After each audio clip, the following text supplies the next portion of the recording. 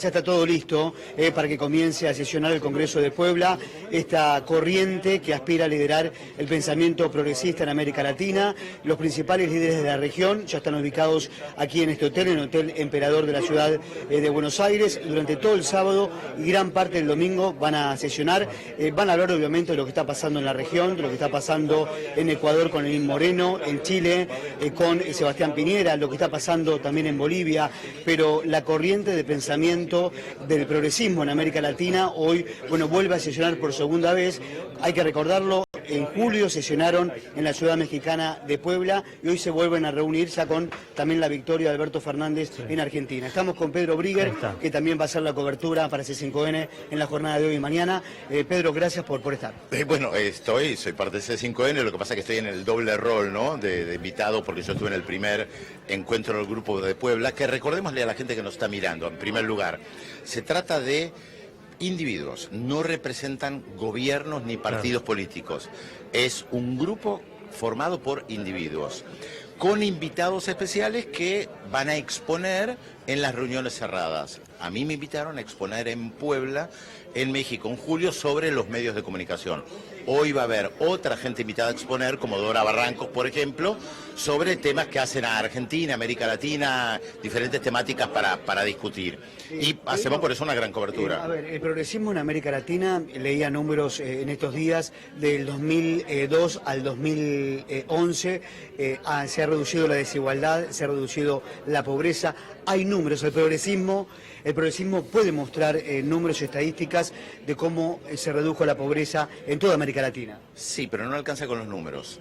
Se puede reducir la pobreza, se puede reducir la desigualdad, pero el voto de la gente no solamente depende de cuestiones económicas. Tal vez nosotros estamos pensando mucho en lo económico por lo que pasó en la Argentina, un fracaso económico y por lo tanto lo que se llamaba el voto ladera. Ahora, esto no pasa en todos los países. En Uruguay, por ejemplo, los números macroeconómicos son muy buenos. Los números respecto de pobreza, desigualdad, son muy buenos. Como bien decías, Adrián, bajaron los índices negativos.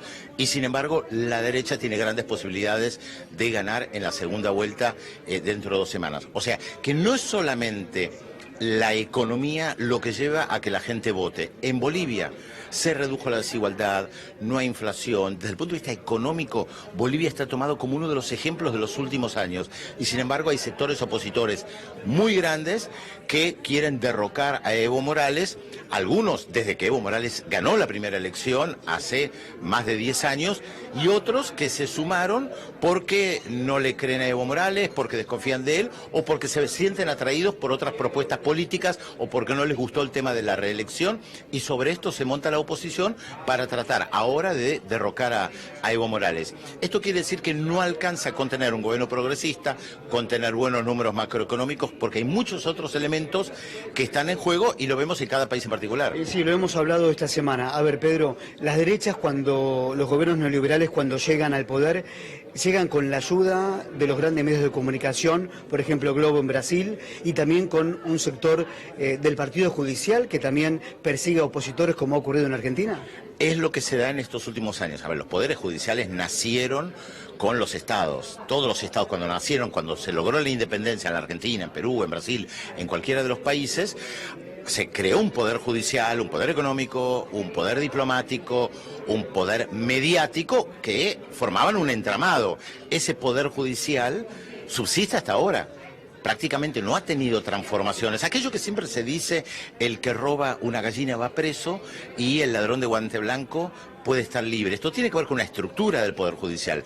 Lo novedoso tal vez de los últimos años que nosotros vemos es que el Poder Judicial es utilizado por el poder político para atacar, hostigar y poner presos opositores.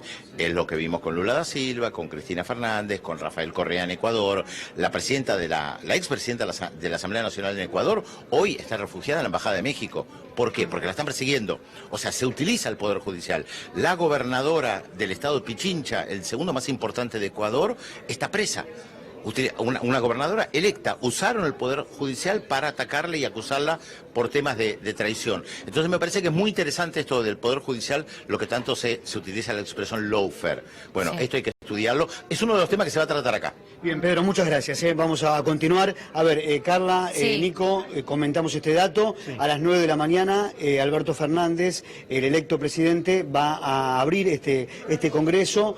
Y quiero comentarles que ayer a la noche, ya esto ha trascendido porque hay fotos, una cena en el Café de las Palabras, en el barrio del Magro. Lo estamos mostrando en estos momentos.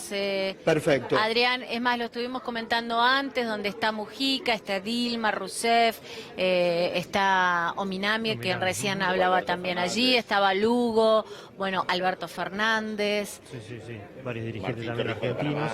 Ernesto Samper de Colombia. Sí. Ahí bueno, nos está tirando los otros nombres Pedro, ¿no? Está ahí, sí. ¿Quién es más, Pedro? Sí, Ernesto Samper, expresidente de Colombia, exsecretario general de UNASUR, Sí. Martín Torrijos, expresidente de Panamá, entre las personas tal vez más destacadas por los cargos que tuvieron, ¿verdad? Pedro, ¿puedo Algunos hacerte una excancilleres, Guillaume de Ecuador. consulta?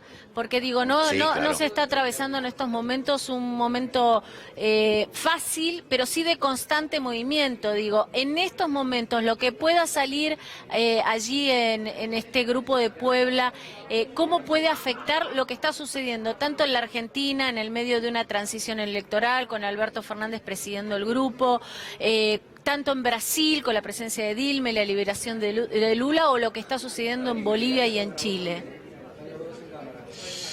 Mira, el grupo nació apenas hace 4 meses, en julio, y en ese momento aparece como un grupo formado por individuos, como lo que hablábamos con Adrián recién. Lo que pasa es que cobra más cuerpo por el triunfo de Alberto Fernández en la Argentina, porque hay una fuerte presencia chilena en el grupo y estamos viendo lo que está pasando en Chile, las críticas al modelo de 30 años, esta consigna que dicen no son los 30 centavos del metro, sino que son 30 años de modelo. Claro. Ese modelo presentado como exitoso por el pensamiento neoliberal, conservador, bueno, hoy está en una crisis muy profunda.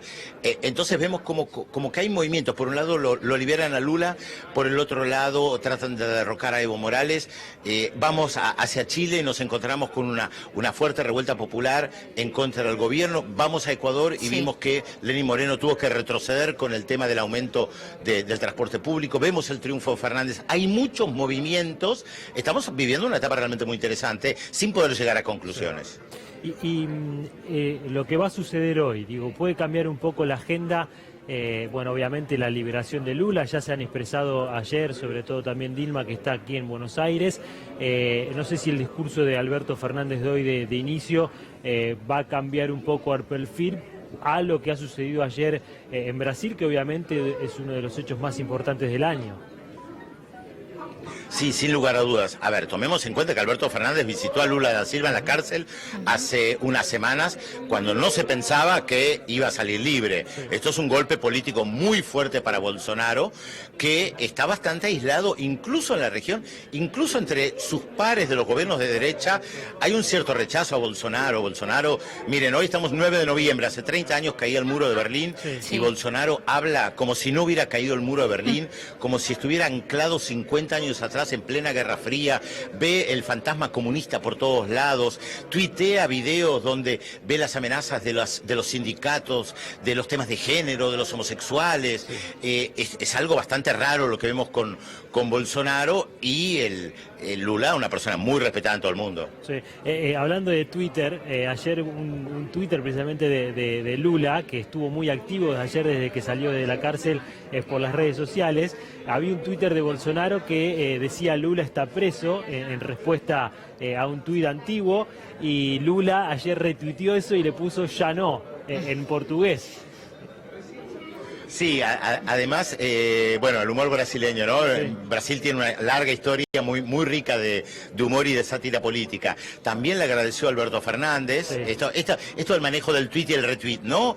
Se monta sobre un tweet de Alberto Fernández respecto a la liberación de Lula, va y le agradece. Acá hay algo muy fuerte entre Alberto Fernández y Lula también, y cómo está jugando Alberto Fernández en el escenario internacional, lo vimos claramente con el viaje a México. Ahora, Pedro, y van a coincidir seguramente Nico y Carla, lo que dijo Dilma Rousseff en la puerta de este hotel en la tarde de ayer, casi noche, que no alcanza con esta liberación, hay que buscar la inocencia de Lula. Bueno, lo que siempre Lula dijo, cuando a Lula le ofrecían salir, él dijo, Seguro. yo solo salgo si se declara declara mi inocencia. No quiero condonación de deuda, no quiero indulto. En algún momento se dijo que se lo iba a indultar. No, de ninguna manera. Él dijo, yo soy inocente, quedo como inocente y salgo libre como inocente. Entonces es una cuestión muy importante lo que decís, Adrián, porque Dilma también lo resaltó ayer. Y en ese marco, Pedro, bueno, analizar la sociedad brasilera con la nuestra, la comparación a veces es odiosa, pero sí muchos resaltaron que en los barrios más ricos de San Pablo en el día de ayer,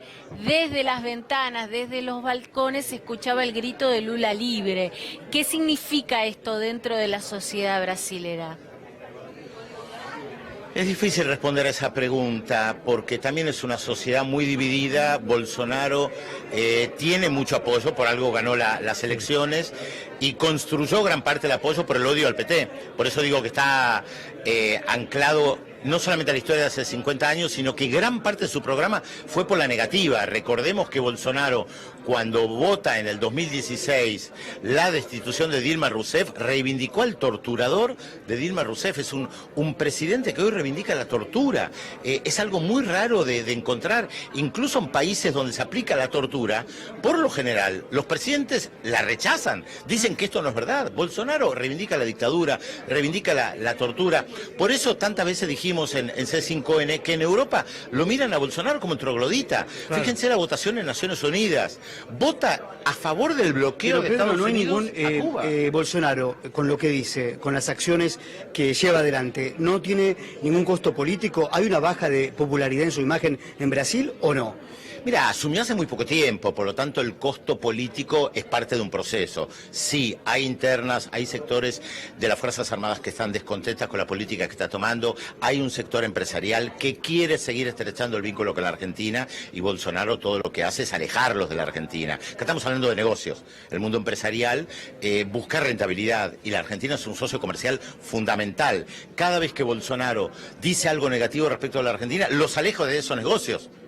Y eso es un problema. Por eso hay tantos rumores que circulan de que lo quieren echar a Bolsonaro. Digo, son rumores, pero sí, refleja algo, refleja el descontento de algunos sectores que ven que esta persona va a contramano de la historia. Mientras se habla de cada vez más integración regional, Bolsonaro habla en contra de Alberto Fernández, dice que no va a venir a la asunción de la presidencia, patea la reunión de Mercosur para no encontrarse con Fernández. Bueno, esto dificulta. Tira noticias falsas como las empresas que van a cerrar en la Argentina, que después, bueno, borra, ¿no? Esos tweets que después termina borrando. Bueno, él tiró un tuit hace unas semanas, que creo que lo mostramos incluso en la pantalla de C5N con Gustavo Silvestre, donde, sí, lo mostramos, claro, donde se veía a un león herido rodeado por hienas y tenían cartelitos, la Central Única de Trabajadores, la política de género, el Partido de los Trabajadores, los medios de comunicación.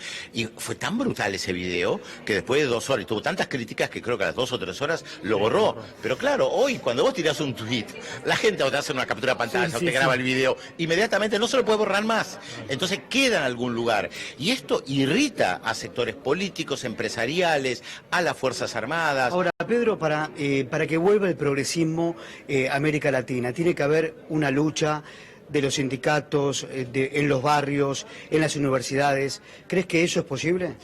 Bueno, cada país es diferente y creo que corresponde a los actores sociales responder más a esa pregunta que a mí. Pero creo que vimos, yo lo decía también con Gustavo Silvestre en más de una oportunidad, nosotros vimos en estos últimos meses 3 revueltas en contra de políticas neoliberales. En la Argentina el 11 de agosto en las urnas. Se pudo canalizar a través de las urnas y después el 27 de octubre.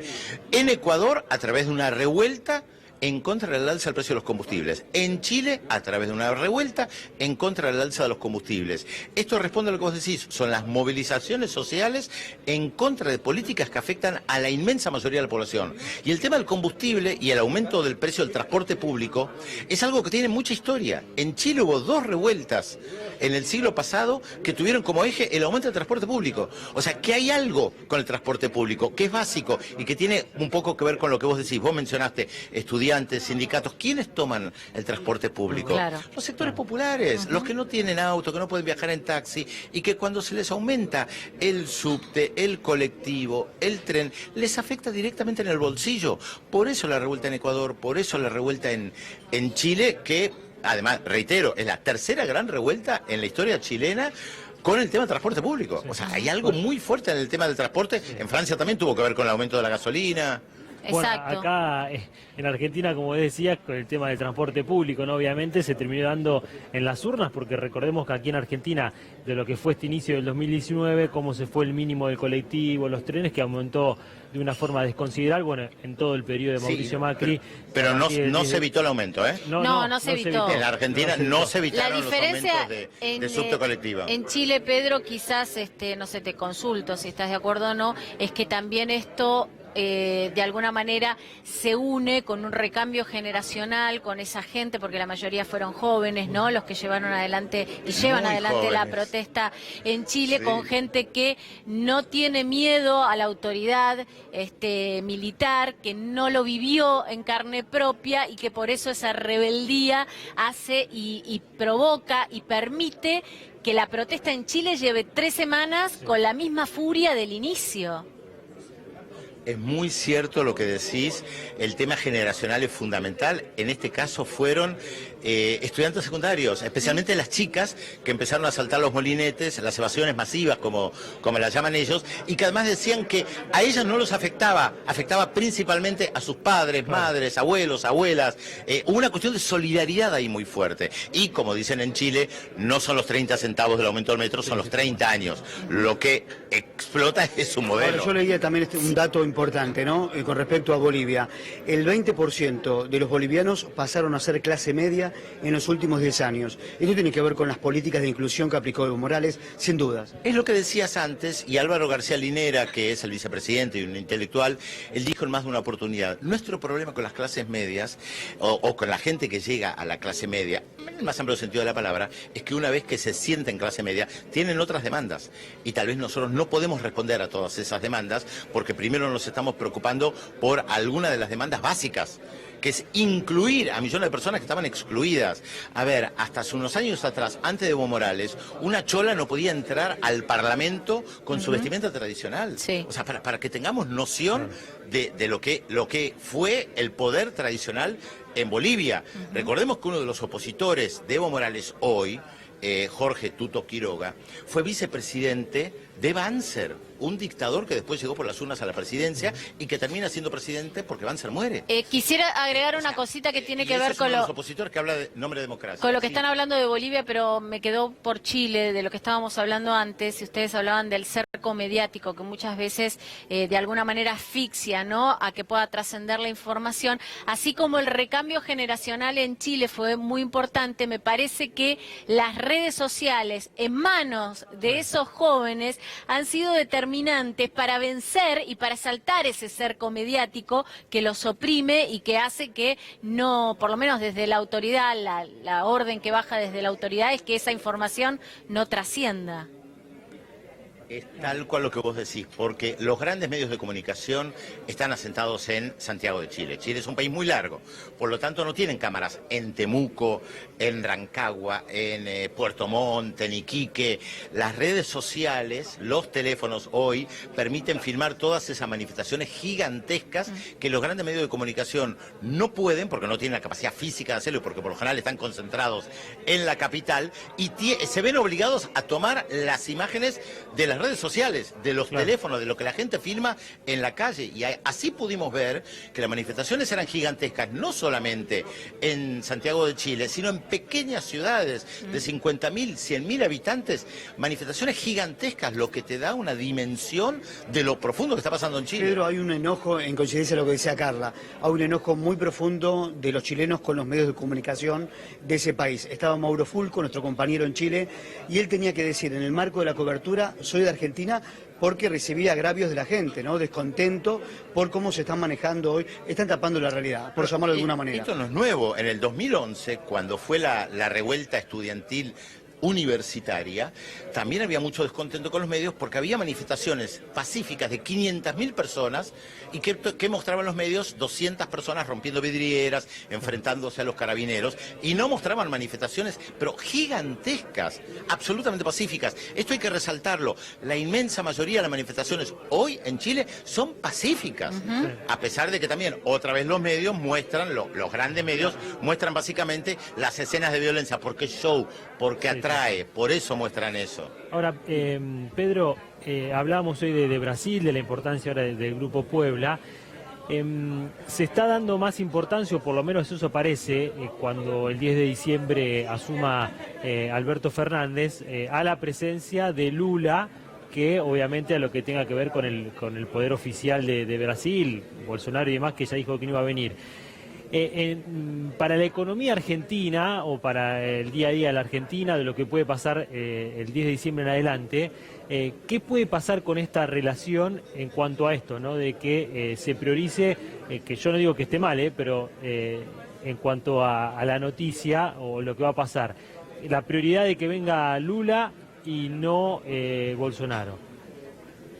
Bueno, yo te puedo hablar de lo político, no de lo económico. Ajá. En lo político, el hecho de la presencia de Dilma Rousseff y Lula da Silva, dos expresidentes, una derrocada en el Parlamento y el otro liberado hace menos de 24 horas, es muy fuerte como gesto político. En lo económico creo que tenemos excelentes personas en el canal que saben mucho más de eso que yo, Julia Estrada, Fernando Alonso, Darío Gaño, que creo que hay que hablar con ellos respecto del vínculo con Brasil. Están mucho más calificados y calificada que yo para hablar del tema. Yo te puedo ver más el aspecto político y geoestratégico. Ahora, tengo la información, a ver si vos vas a coincidir conmigo. Hay un ex ministro de Educación aquí en la Argentina, muy amigo de Lula, de apellido Mercadante. Aloisio Mercadante es uno de los fundadores del PT, tuvo varios cargos ministeriales, forma parte del Grupo de Puebla, estuvo en Puebla, justamente en México, en el primer encuentro de julio, es uno de los voceros del Grupo de Puebla. Pero recordemos que esto no es institucional, es algo muy raro el Grupo de Puebla porque nace de una manera diferente, hay que ver cómo evoluciona, pero la presencia de Aloisio Mercadante es muy fuerte. Ayer dicen que hasta habló telefónicamente con Lula cuando Lula da Silva salió del penal. No sé si Aloisio Mercadante, pero Dilma Rousseff sí, claramente lo dijo, claro, nos lo contó, sí. Sí. Bien, Estamos a minutos ya de las 9 de la mañana, horario que estaba señalado para la apertura, ¿no? Sí. En la voz del propio Alberto Fernández. Imagino, le pregunto a ambos, que van a ser fundamentales, digo, las preguntas, ¿no?, del futuro presidente argentino allí, las declaraciones o los lineamientos que dé en su discurso. Mira, es una apertura no es una conferencia de prensa, es una apertura que no creo que haya preguntas y van a hablar algunas de las figuras más representativas, Alberto Fernández como anfitrión, por supuesto, y creo que va a hablar también Dilma Rousseff.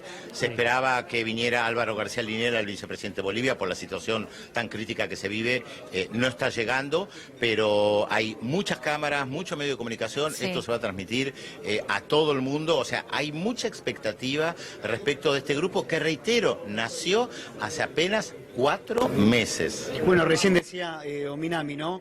Cuando sesionamos en julio en la ciudad de Puebla, en México, pedíamos por la liberación de Lula. En este segundo encuentro ya tenemos un Lula en libertad. Bueno, ¿cómo ha cambiado, no? De unos meses a otros, la situación. No solamente eso, sino el tema de los medios de comunicación. A la cumbre de Puebla vinieron pocos periodistas a cubrirlo.